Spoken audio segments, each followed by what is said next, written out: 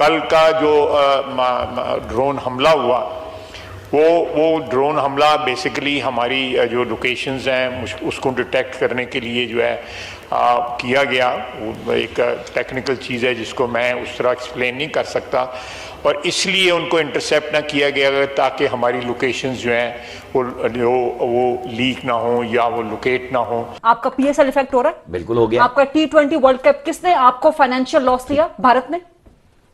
किसने आपकी क्रिकेट रुकवाई 10 साल तक, 15 साल तक? भारत ने।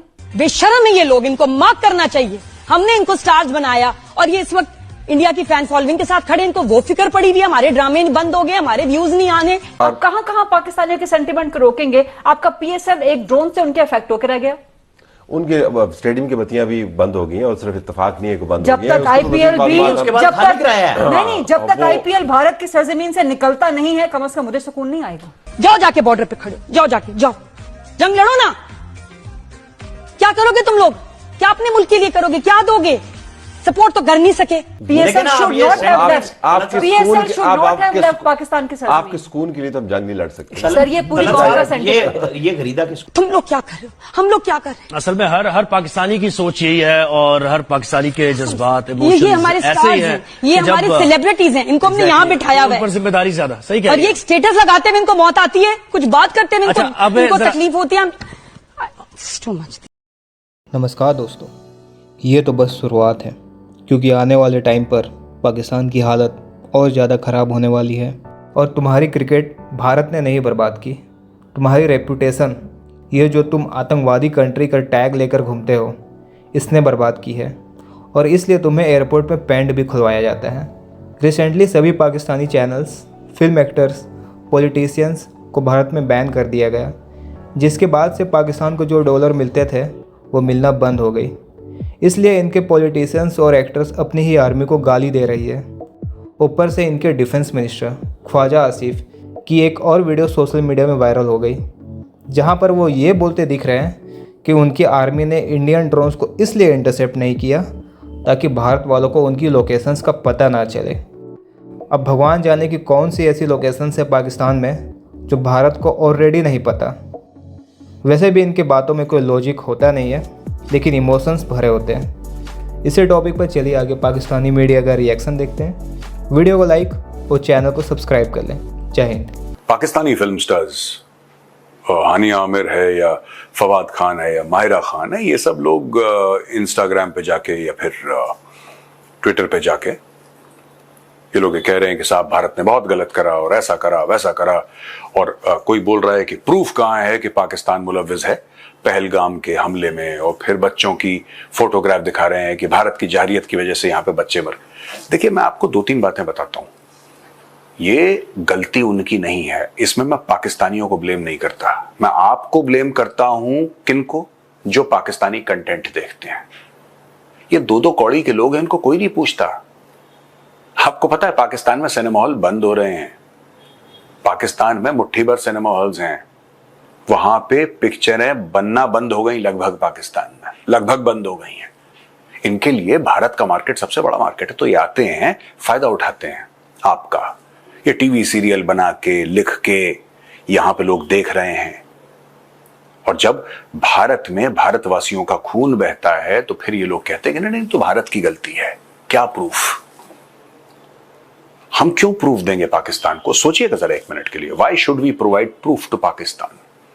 जो हमने 26/11 में प्रूफ दिया था, पूरा पोथा दिया था इनको, उस प्रूफ का क्या हुआ? मैं ये जानना चाहता हूं। जो हमने पठानकोट एयरबेस पे आईएसआई की टीम बुलाई थी, उनको प्रूफ दिया था, उस प्रूफ का हुआ क्या? पार्लियामेंट अटैक के बाद हमने प्रूफ दिया था पाकिस्तान को, उसका क्या हुआ?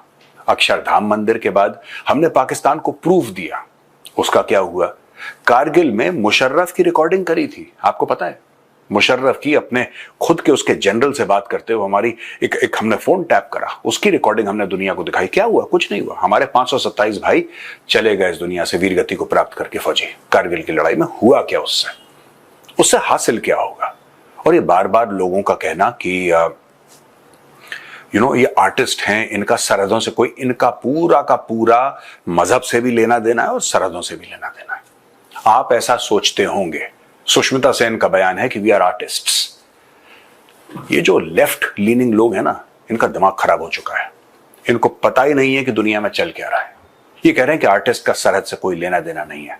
वो पाकिस्तानी बता रहे हैं कि हाँ, हमारा मजहब से भी लेना देना है और हमारा सरहद से भी लेना देना है। बड़ा आप लोगों को ऑब्जेक्शन हुआ जब जनरल आसिम मुनीर ने बोला कि हिंदू और मुसलमान तो दो अलग विचारधाराएं हैं और हमारी उम्मीदें अलग हैं और हमारी ख्वाहिशात अलग हैं और हम अलग लोग हैं। आपको बड़ा बुरा लगा। क्यों बुरा लगा? पाकिस्तान बना ही 2 नेशन थ्योरी पे था भाई। पाकिस्तान के बनने का कारण क्या था? पाकिस्तान के बनने का कारण यह था कि जिन्होंने पाकिस्तान को बनाया, शामिल मोहम्मद अली जिन्ना, वो यही सोचते थे कि हिंदू और मुसलमान एक साथ नहीं रह सकते। वो यही सोचते थे कि अगर साथ रहेंगे फसाद होगा, इसलिए हमें एक अलग मुल्क चाहिए। ठीक है, वो क्लियर हैं। वो अपने बच्चों को ये पढ़ाते हैं। एक सब्जेक्ट है पाकिस्तान स्टडीज, वहां की किताबों में ये लिखा हुआ है कि हिंदू पे कभी भरोसा मत करना, हिंदू तुम्हारा दुश्मन है। ये बच्चों को पढ़ाते हैं।